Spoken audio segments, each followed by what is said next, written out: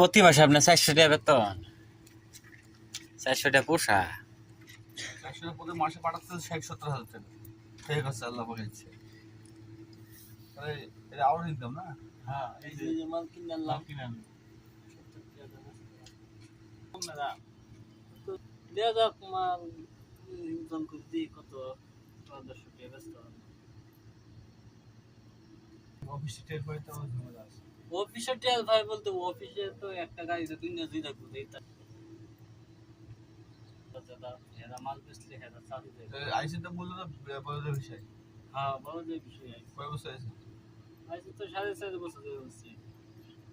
আপনার এনে return ticket দিয়ে করলেন? হ্যাঁ, 2 বছর পর বছর গেছিলেন? না, ছুটির টাকা দেন না দেশি? কোনো কিছু না। আমরা ছুটিতে না যাইলে কোনো কিছু দিত না, ছুটিতে যাইলে টিকিট দিব, আপনার টিকিট।